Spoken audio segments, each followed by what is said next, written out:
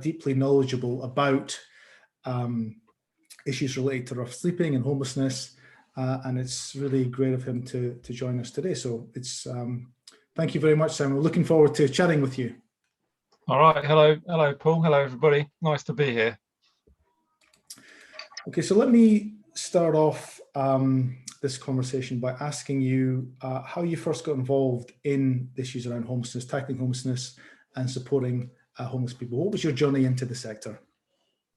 Yeah, absolutely by accident, to be honest. I was a sound engineer from my undergraduate degree, and I did sound engineering as my first sort of career. And then we moved to Bedford for various reasons. And while I was trying to find a job back in sound, I was volunteering at a local night shelter, and a job came up there at their high support hostel. And I thought it'd be a good job to while I found a job back in sound. And so I still haven't found that job back in sound. I'm still working with the homeless.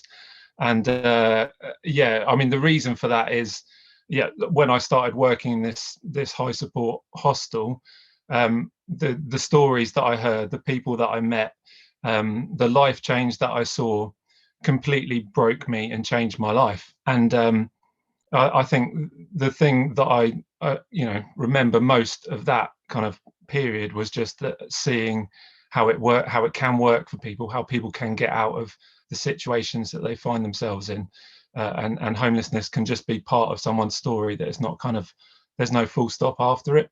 And so yeah, I started off really by accident, going into started volunteering and then applied for a job while I found another job, but I stayed there.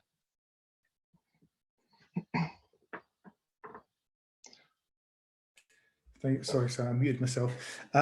So for 8 years, you were the CEO of a homeless support organisation, which is a long time to be running a non-profit. Can you tell us a little bit about what it was like to be working in the sector, to be leading a homeless support charity? Yeah, I mean, is where to start, I suppose. I mean, I took over and I had no experience really. I'd been a support worker at this hostel, and I'd seen some things work and some things not work. And I suppose I became CEO in 2012, and it was kind of this changing point in the sector where a lot of local authority contracts or government contracts were kind of ending, and it was an interesting time for the sector. So we wanted to. I felt very strongly that we needed to expand, and we needed to do something new, and we needed to try and provide new ways for people to get out of the situations that they were in.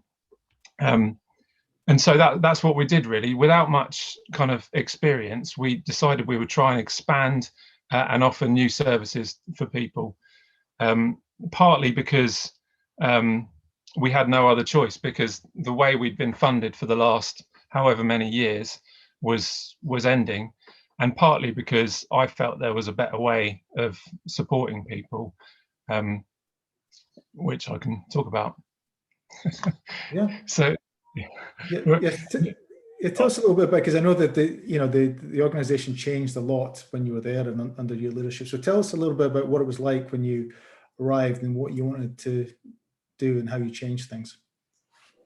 Yeah. So when I arrived, we ran two services really.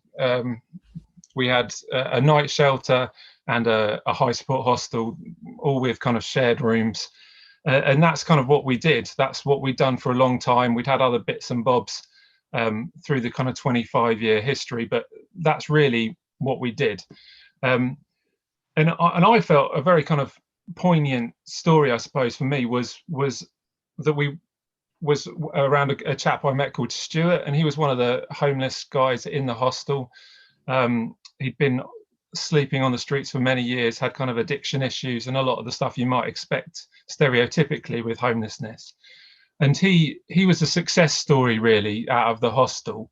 He stayed there for about 18 months, very chatty, and we managed to move him into his own flat. And we thought that was a great day of celebration, moving him into a flat. out of our kind of communal facility into this flat, and it was a day of great celebration when we moved him out, except for a few months later we actually found out that Stuart had died on his own in his flat, and he'd actually been dead for a few days before anyone found him, and in many ways he died as homeless as he was on the streets.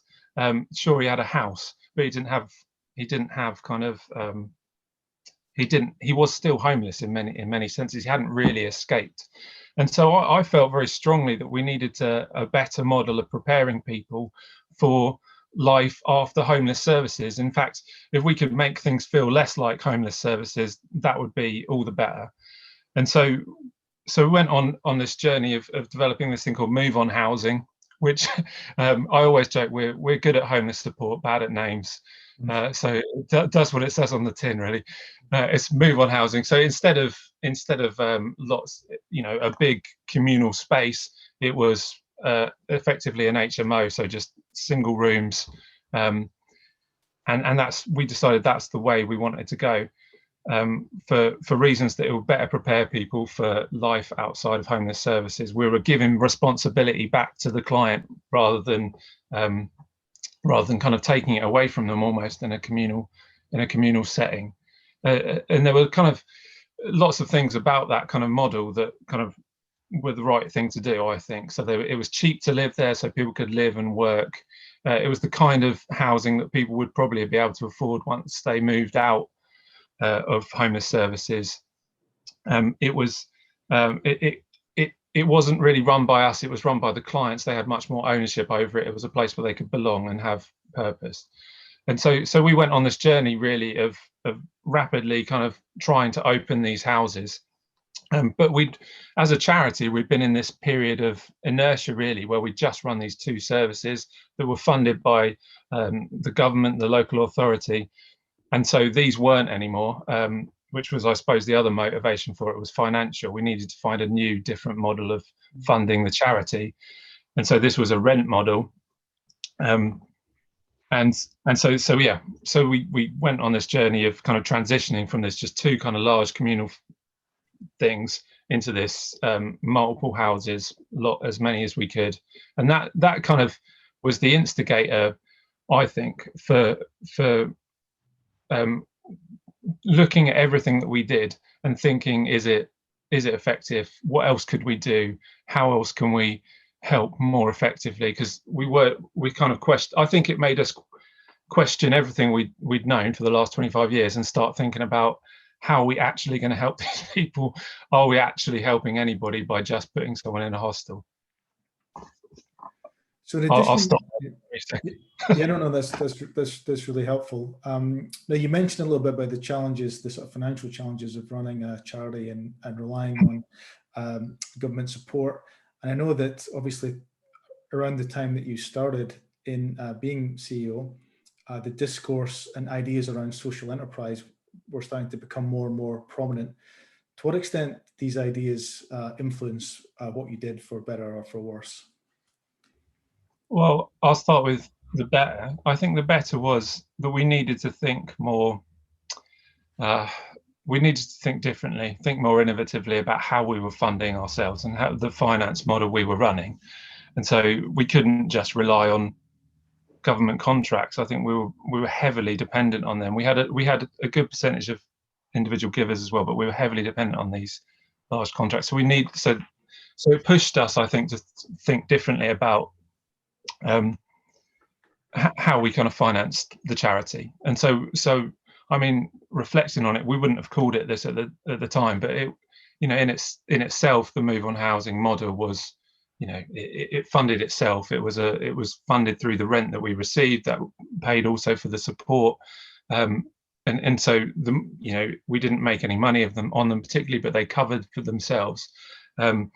And that was a bit of a breakthrough for a charity like us that had just been kind of waiting for a handout, and then we would deliver what we were paid to deliver.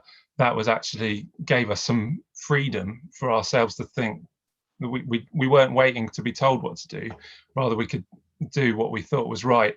And so I think that kind of pressure, that I think the narrative building up around us around social enterprise was the way to go, was really positive, because it pushed us to think differently about how we were funding the charity. I think probably negatively, I didn't go through many meetings where someone didn't tell me I needed to start a social enterprise to fund the charity. And so usually those ideas would be something like, oh, you should start a cleaning business, or you should sell magazines, or you should repair bikes. None of which are bad ideas, and we looked at them all. But what they're strong on the social element, but very weak on the kind of enterprise element. We, you know, we looked at some of them and actually delivered some of those things, but really they were just another arm of our kind of social output that required funding. They never really made money, and to cover themselves, and they certainly didn't make money that could then fund the rest of the charity. So that would be my kind of, but it became very fashionable and a lot of pressure, I think, to do a social enterprise. Yeah, and of course in 2017 you matriculated on the Masters in Social Innovation, which of course which is what brought you to Hughes. And you know, obviously, as you know, it's a course where people from not just the social sector, but the corporate sector and the public sector as well are coming together to think about social problems in different ways. You know, what made you decide to apply for that course, and what did you learn? How did it feed into the way that you were doing your job? Yeah, well, I mean, it was. I didn't think I'd get in, so thank you for letting me in. But yes, it's, to be honest, I don't want to over-egg it and say it changed my life, but it certainly came somewhere close to that. In that it very much opened my eyes. I think, particularly the course and the content was like fantastic and kind of very useful and applicable to what I was doing on a kind of day-to-day basis. But I think the way it created conversation and created community amongst the cohort, and staff and faculty and fellows was amazing, and the way it kind of challenged the thinking. And to be honest, I think meeting people from other sectors was really valuable for me, because I always felt like people from the private sector were trying to do bad stuff, and here we were in the charity sector trying to fix all their mess. Whereas actually meeting people within that sector that wanted to do good, and maybe there was a way we could work together because there was stuff we knew how to do to bring all this kind of social value we were really good at, but we weren't very good at money and business. And so kind of learning a lot of that stuff and that kind of crossover was really, really valuable, and still is. You know, that kind of that community still carries on. Yeah. So now half the program, as you know, is obviously a dissertation. You drew the short straw and got me as your supervisor for your dissertation. It was really interesting. It was about the lived experience of homeless people and about how they made sense of the initiatives designed to help them. Can you tell people a little bit about what you found and what you discovered about the lives of homeless people, and how they view the support available to them that you didn't know before you started the research? Yeah. I mean, firstly, for it, I wanted to sleep rough and experience it firsthand, but that got blocked, didn't it? Which I don't blame you for. But anyway. No, I think the research office just about they went green when I think you suggested that. Yeah. They're probably very wise.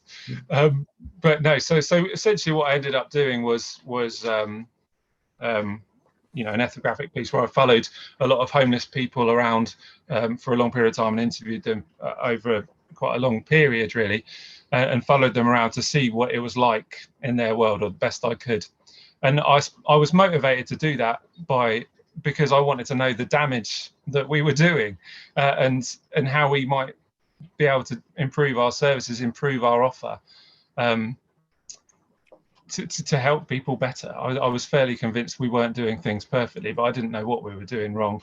And I think the results were really surprising. And have kind of changed again, I think, the way I think about homelessness and the ways we can solve it for good. I suppose the thing I always take out of it most often is how important relationships are in ending homelessness, and how important community is in the kind of whole narrative around homelessness, for good and for bad. But what I found, really one of the big overarching findings, I suppose, was that those that were able to get out of homelessness were those that were able to build relationships outside of the homeless community, and that usually came either through faith group or employment, and they came with this kind of added value that it also gave the person a sense of belonging, a sense of identity, and a sense of purpose.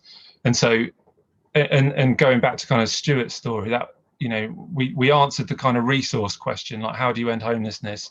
It's about housing, and you don't want to necessarily, that's true, of course. You've got to make sure you give people housing if you're going to end homelessness, but if you don't also look at identity, belonging, relationships, community, then you never really end homelessness. You just put someone in a house, and that it's it's a different thing. Yeah, and I think one of the interesting things that came out of your work was the insights you had about how homeless people saw people like yourself, who were, you know, who were there to help them, or at least that you see that you're there to help them, and the people that you were studying and that you were observing, they sometimes didn't always see you like that, did they? No. No, they didn't. I mean, and there's a lot of, I mean, a lot of them were very grateful for all the services that they were getting offered, and others weren't. You know, others didn't, and that depended on their experience that they had, and sometimes they had a good experience, some they had bad experiences, and yeah, I think one of the things we talked about before is they didn't really, for all the kind of charity kind of narrative around who's going to do the best job of ending homelessness, you know, is it the night shelter, the day centre, the hostel, the street out, who is it? I mean, that's run by different charities. They didn't even know what services my charity ran. They couldn't care less. They just knew it was the night shelter or it was the day centre, and so there was very little. I found that quite humbling, really, because it made me. We always talk about partnership because it's like the right thing to do, isn't it? But it's not going to. It doesn't really matter who's providing the service, because they don't know. Yeah. And there was also some quite interesting findings in the dissertation as well about identity and the identity dynamics of homeless people and how they saw themselves, and sometimes how they categorized themselves and other people within the homeless community as well. Yeah, that's right, and kind of how powerful information was in that journey of forming the hierarchy of homeless people on the streets, and what we found was that, you know, people that are new to the streets have this real lack of, they're trying to make sense of everything and trying to find information from wherever to know what it's like to engage to know what to do and where to go.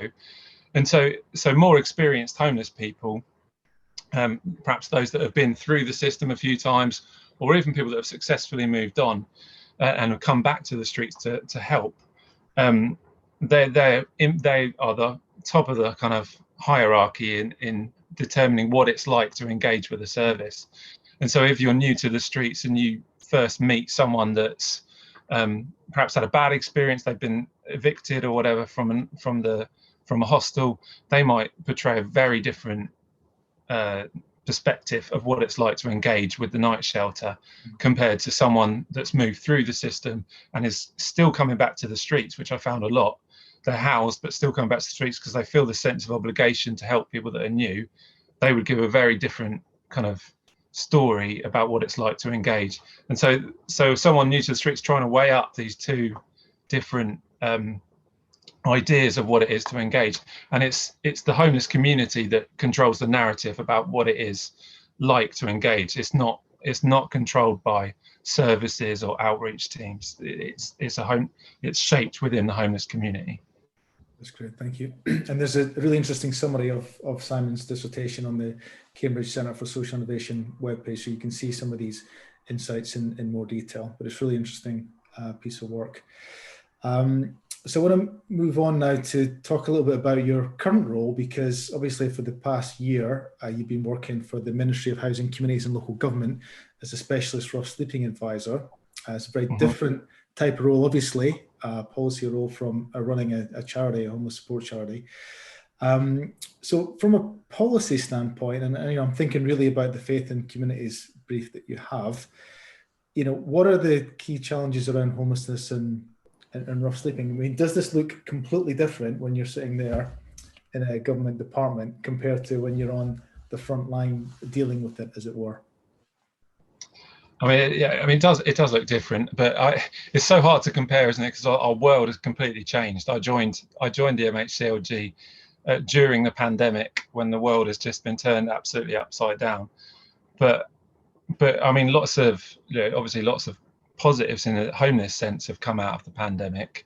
I think, speaking from a faith and community perspective, that one of our greatest focuses has been around communal night shelters, and obviously they've not been able to open last year, so kind of making sure there's enough space for the people that would have been housed through that, and also helping the kind of faith and community sector to who are like brilliant and amazing and always show up, figuring out where they fit now, and how they can still be involved with these kind of army of volunteers and more established kind of organizations as well, but where they fit now, and what that looks like now is different to how it looks pre-COVID, because there are less people sleeping rough on the streets, and so a night shelter, certainly a communal night shelter, wouldn't be great for a number of reasons, but perhaps even a night shelter might not be needed. So what then should they be doing, and how? So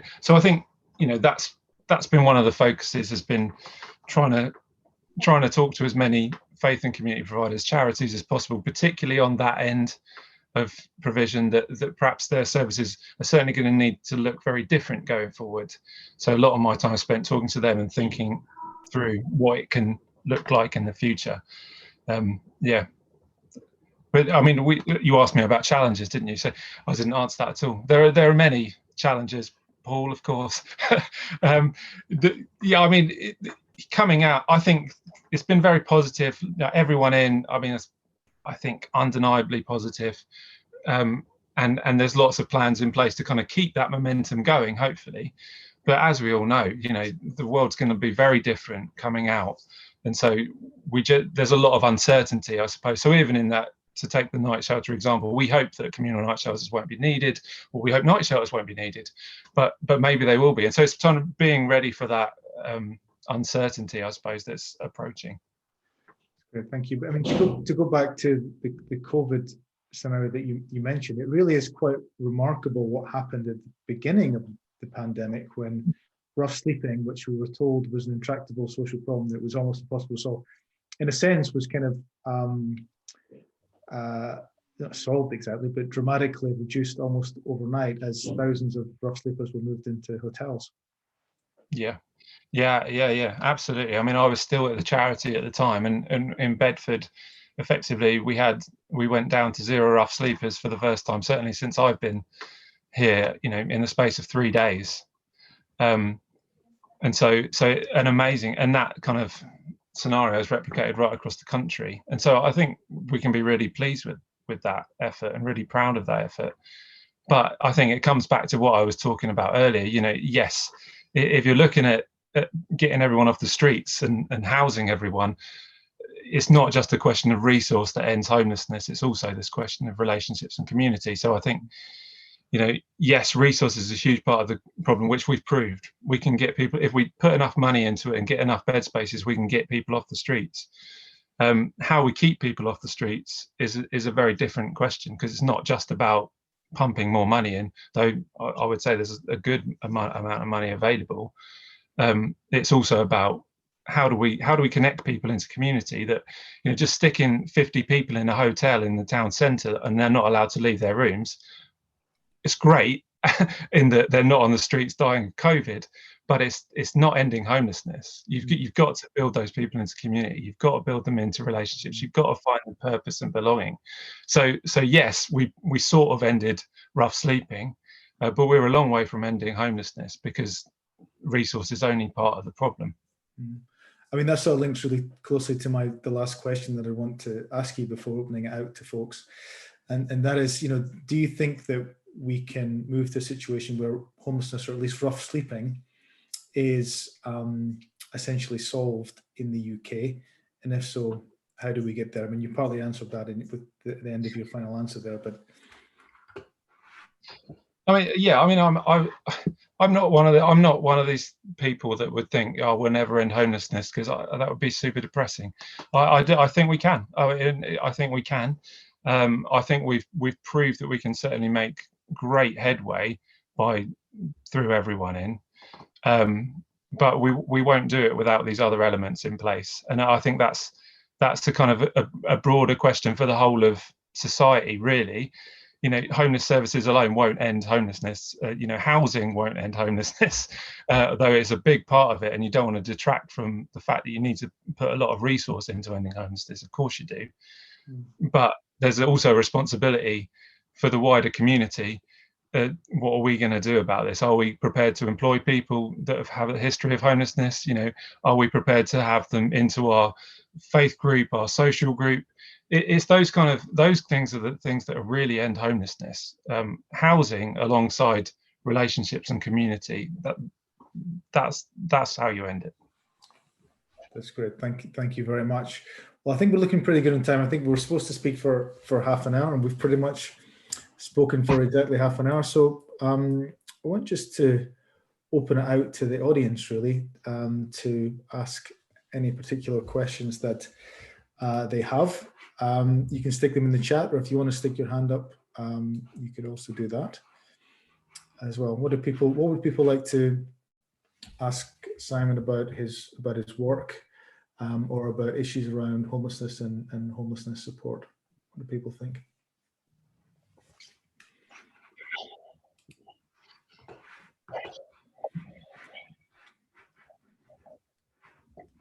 Now, I have a question. Hi, hello everyone. I'm not sure how to formulate it correctly. So I'm from Greece, and my question is: you just mentioned that are we ready to actually have jobs for people that were homeless, or like to have them into our cycle? Do you think that us asking this question has more to do with the fact of how we actually regard homelessness? Like, why do I think that this would be an issue to actually accept someone to work for a company where I'm working if they had been homeless before? Is it because we connotate homelessness with something negative, like maybe it was their fault and they became homeless? That's why we don't really want, I don't want to say it in a wrong way, so I'm not sure how to express this, okay? So do people see homelessness as such a negative thing, and that's why we've come to the point where we have to ask ourselves, would we be open for someone that has been homeless before to open for a company, or to be considered part of our social cycle, stuff like that? Yeah, no, I think I understand your question. Yeah, I mean, I think it's important that we're not naive in that, homelessness has a lot of associated problems. I mean, I think one of the, I'm yet to meet a homeless person that, once you get to talk to them, hasn't been a victim at some point down the line, whether that started in childhood or wherever. There's a victim in there somewhere, but that doesn't necessarily mean that they haven't tried to cope with all the trauma that they're facing with alcohol, with drugs, and so and that can cause lots of mental health issues. And so we shouldn't pretend that employing formerly homeless people is just like employing anyone else, because it's not. It does take a bit more effort, and it does carry some extra risk for lots of people, and there has to be added support in, and sometimes before employment and during employment. We can't just stick someone in at Poundland on a work program and kind of expect them to stick without any support. It doesn't work like that. So it's important that we're not naive, and I think some of the people's cautions are right. It's different, and we need to understand that we are we're employing people that have been through a lot of trauma. And so we're going to need to think about it. And it's not just like employing anybody. So it will take a bit of extra work. So it makes sense, I think, that people are cautious, but that doesn't mean that we should not do it. Good. Thank you very much, Brenda, for that Thank you. question. Now, Simon, there's a question in the chat from Sarah, who you know. Hello, Sarah. Simon, what can we, by which she means the audience in this call, do to help advance your mission, supporting homeless people? Yeah, great question. Well, I think it's, I think we need to, there's kind of there's some very practical things, so I don't know where we want to go, but I mean, very practically in this country, there's an app called Street Link, which I would heartily recommend everybody downloads. It's very easy. You can do it anonymously. So if you ever see someone sleeping rough, you can report them on the app, and that goes to a local street outreach team, and they'll go and contact them, make sure they've got the right support in place very, very quickly. So very practically, I would recommend you do that and download that and report people when you see them, so that you don't have to get any details really. Just say where you saw someone, so someone can go and check that they're okay and known to services and getting the right support that they need. So very practically, that's a great thing to do. I think sort of more broadly, I think it's really important that we're doing kind of that relationship and community piece, in that we're accepting people that don't look like us into our kind of into our employment places, and if we're involved in recruitment, that kind of stuff's really important. I think we can even start to build. I mean, I know we were desperate for this kind of thing, and probably still are. I know Philip is on the line, who does this for King's Arms now, but build relationships with local businesses to kind of start that conversation about what would it look like to employ some of your clients.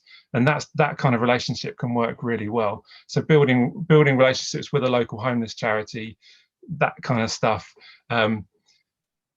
Yeah, kind of so it's kind of being accepting and inclusive just broadly in your kind of day-to-day life and social circles and whatever kind of sphere of influence that you might have, but also I think if you have some influence over business or if you're kind of involved in a faith group, and not to kind of go out and find homeless people, but to make sure that you're building a space where a homeless person would feel comfortable coming into is really important.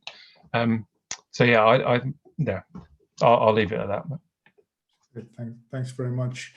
And question from Philippa: how do you think we can shift the focus of CSR from experience days to supported employment opportunities? So I think talking about the corporate sector employing homeless people again.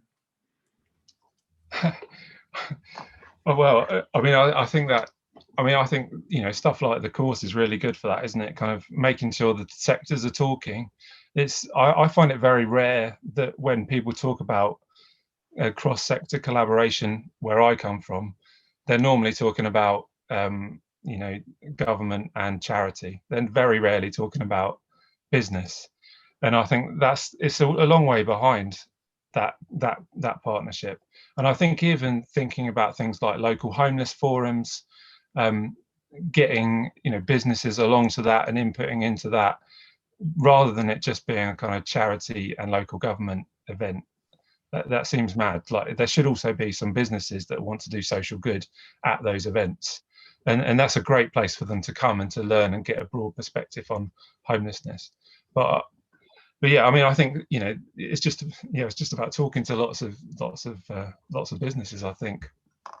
So there's a sort of follow-on question from Heidi about any specific examples that you have of employers who are supporting homelessness or homeless people in sort of innovative and sustainable ways. Yeah, I think that there's probably there's too many to list really, but I suppose more broadly I can obviously, if people want to contact me afterwards, I probably can share sort of contact details with people who are interested in that kind of stuff. But I'd say the most success that I've seen, or certainly we've seen in the charity, is with smaller businesses or medium-sized businesses, local businesses that are committed to the community, that want to do something for the community. I've not seen so much success in kind of bigger national employers, which is something I would really like to see. But obviously, it's a difficult, you know, they're bigger, more difficult to kind of influence in that sense. But certainly, yeah, smaller businesses, small to medium, kind of in the local area, that have feel a responsibility to the town that they're part of. That's where we found most success, I would say, in a charity. Thank you. There's a couple of hands. I'm going to go to Brian and then Carol. Brian. Hey, Simon. Hi, Brian. I'm interested. So I'm obviously, you know, I'm from the US doing this kind of work. And I know that one of the problems that we have in North Carolina is trying to get people who are providers to do best practices. I mean, you've mentioned that person-centered work, building those relationships, that kind of going away from the shelter model is something that's really important. How broadly across the UK are you seeing providers doing those best practices? And I guess how difficult has it been for you to shift that model? So it's particularly talking about the night shelter model. We had, you know, I wouldn't say COVID helped, because that's probably not quite the right way to put it. But we had this health kind of imperative that we thought that putting people in communal shelter was not safe for COVID reasons, and so we had that kind of health perspective that was not really my area, but health department was saying it's not safe. And so that gave us, I suppose, an opportunity to say, oh, you know, we need to think about this differently. How can we do it? Can you do single room offers? What would that look like? What would that need from government? What finances would that need? And so we had a nice situation where we almost had this kind of stick. It's a bit harsh to call it that, but from the health saying you can't do it, it's not safe. But then we also had this nice kind of carrot where we were able to release some funding targeted to help people that have been running communal night shelters to transition into something else. So be that a single room provision or something completely different. So some of them went and started doing like employment training or befriending, those kind of models. And so we had those both angles, and we delivered that money through an umbrella organisation, not dissimilar to yours actually, but for England, and they obviously, you know, we were only going to accept stuff that was moving in the right direction, and that the money also came with support from the kind of umbrella organisation to help them on the journey as well. So that's how it's worked so far. I think going forwards next year, without the health, it's not safe, and just kind of the money incentive, I think I don't know, and I don't know what will become, how much we'll go back to communal shelters. And I don't want to completely write them off, because we obviously don't want people sleeping rough. So if there's this dramatic rise, then they may be needed, but hopefully we can find another option. That would kind of be my point. Thanks very much, Simon. Carol, did you want to ask a question? Yeah, if I can. Thanks very much, Paul. Simon, I mean, you are a part-time student on your course and may not have actually met many of the other students at Hughes Hall, but we do take undergraduates as well. They're all mature. And what I would say is probably every other year we have a student who is a mature student because at some point in their past they have been homeless. And one of the, I guess one of the key findings or common themes talking to students who've been through that experience is the fact that they become homeless because of breakdown in a relationship somewhere in their past.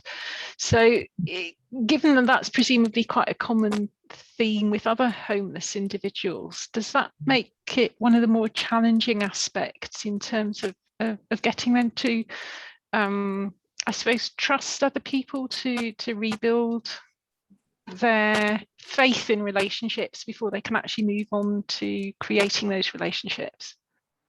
Yeah, that's a good question. I mean, I think that's great that you do that, by the way. But also, Yeah, I mean, relationship breakdown is often the most common reason, certainly given for homelessness, or certainly for rough sleeping, that we see. And so yeah, I mean, I think it all makes sense, doesn't it? So if relationship breakdown is the main reason for causing homelessness, then building relationships back up is going to be your ticket out. But yeah, there's so much. There's lots of trauma, isn't there, to work through, and I'm sort of no expert on mental health at all. So, but it's important that we get those support services and professionalize a little bit, and make sure people are getting the right support that they need. But yeah, I suppose so. Yes, is the answer. It is difficult, but I suppose that's why we need to think about, think through the kind of process of what it's like for for a formerly homeless person to come in somewhere, or as I'm sure you've done, what's it like for a formerly homeless person to walk into Hughes Hall, to come to a formal, to not feel like they are a formerly homeless person all the time. What does it feel like to walk into that church or into that in that employment centre? All those kind of things. I think wherever we have that kind of influence, I think it's really good to think through, what would it feel like if I'd been homeless and now I walk in here? What wouldn't I know? Would I know what to wear when I come to a formal, or any other example that you can pick? Thank you very much. Great question. So there's a question in the chat from William, who says he's got huge admiration for the work that you're doing. Is there an opportunity for the judge to deliver modules or courses tailored to the third sector? Obviously, you were part of a program that was specifically working across sectors.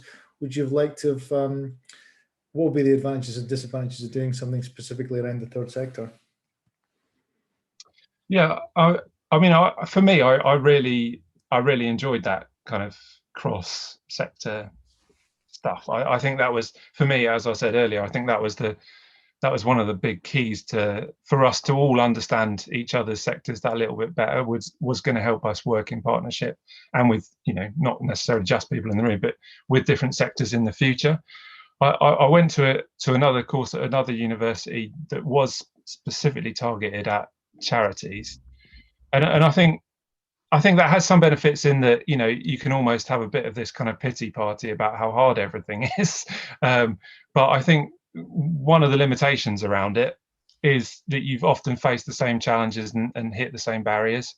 I think the beauty of bringing in a bit more of a rounded approach and bringing in all the kind of sectors is that I think another sector can have some of the keys that you've been looking for, or certainly look at problems very differently to I've been just trained or just look at every single day. And so I think that was really helpful. I think particularly around money would be a good example. I've talked about that a couple of times, but a good example for me is just some of the people from kind of a more of a business background on the course. When I kind of chatted to them about some of the challenges I was facing, very black and white about the funding, in a way that was, well, what about all the people we can't help? But they were black and white about it, and able to help work some of that stuff through in a way that I wasn't. But I think that there's advantages of both, but I enjoyed certainly the cross-sector stuff. Well, I guess I could add to we had a program, and when I first came to the judge in 2002, 2003, I came to teach on a part-time master's program in community enterprise, and that was targeted specifically at the third sector, run from the judge. But that only lasted, I think, four cohorts, and it was a really great program, and I really enjoyed teaching it. I mean, part of the issue was to do with the market. I mean, it was a UK focused course, right enough, but we weren't able to get enough students into the program, partly of course because business school fees are relatively high, and we had some scholarships but not enough. And so the course that Simon did was kind of reinvented and repurposed for people from different sectors and internationally, so the market became much bigger, and that's allowed us to have a critical mass of people to fund the course. But I mean, I think there is a case for focusing programs specifically in the third sector. I mean, the Centre for Charity Management at CAS, or the business school that used to be called CAST. I think they changed the name to Bayes Business School now. But they do interesting work and programs just for the third sector. But I think for the reasons Simon suggested, that the multi-sector aspect is quite interesting. We've got a couple of questions here linked to identity, one from Alexandra and one from Philippa. So Alexandra says, you mentioned the importance of human relationships to keep people off the streets and give them a sense of identity. Is this something that falls under the responsibility of charities? And if yes, how is this implemented in a practical sense? How would you help a person build relationships outside their current environment beyond faith? And I think, Philippa is sort of following on from that, talking about reintegration to wider community and finding the self can take years. How can we move towards long-term thinking in relation to funding and outcomes? Well, that's a slightly different question, but I think it links the issues around identity and the self. Yeah, great. I mean, yeah, I mean, I think people find purpose in all kinds of different things, don't they? In identity and all kinds of different things. I think how we help is try and just create space and opportunity for people to be able to experience those things and to step into those things. And so you can't just force someone. And certainly it's not. I'm just saying, in my study, I saw that happen through faith communities or through employment. They were the two that I saw. Obviously, I didn't speak to every homeless person. I think from other kind of experience, I think, I think the reason why, before I became CEO, I ran what was called the Meaningful Activities Program, and we used to run all kinds of different courses, and they weren't just about getting into employment, doing your CV. They weren't just about that.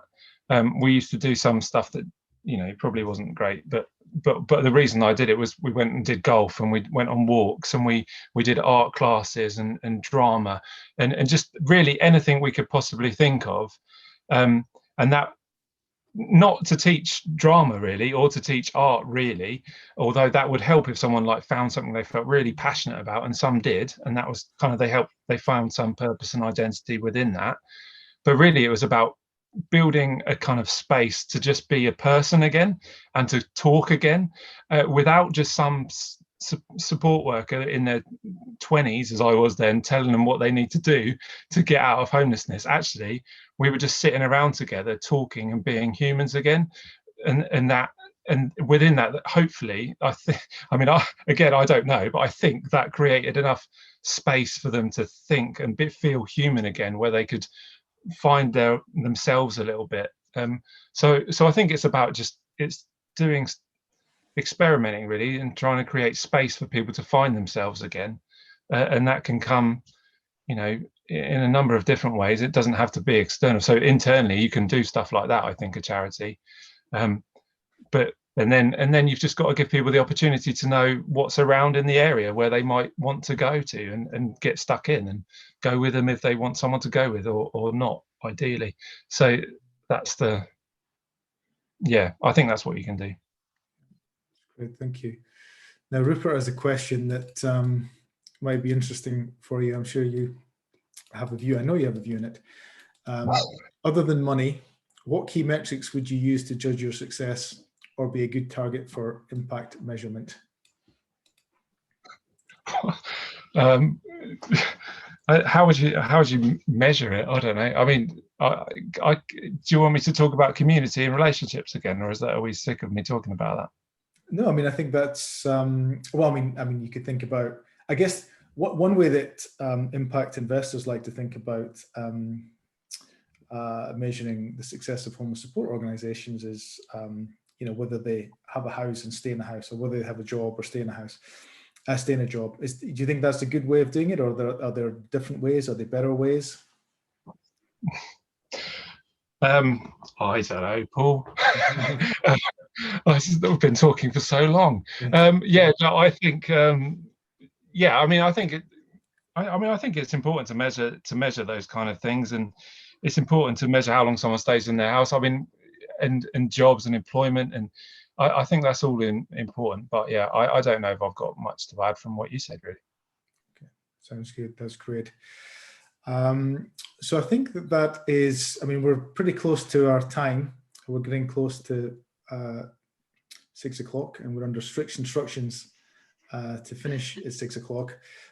So I don't know, Carol, if you have anything to say by way of conclusion, or whether you would like me think to wrap just up? really to thank both of you for a really interesting conversation, and it's raised a lot of issues that I think we'll all go away and think about as we sort of go about our lives, particularly some of the things you've mentioned, like the app that everyone can get involved with. There may also be some people here who can go away and think about maybe where their own area of interest or work could overlap, because I'm sure people are here because they are interested in what you have to say.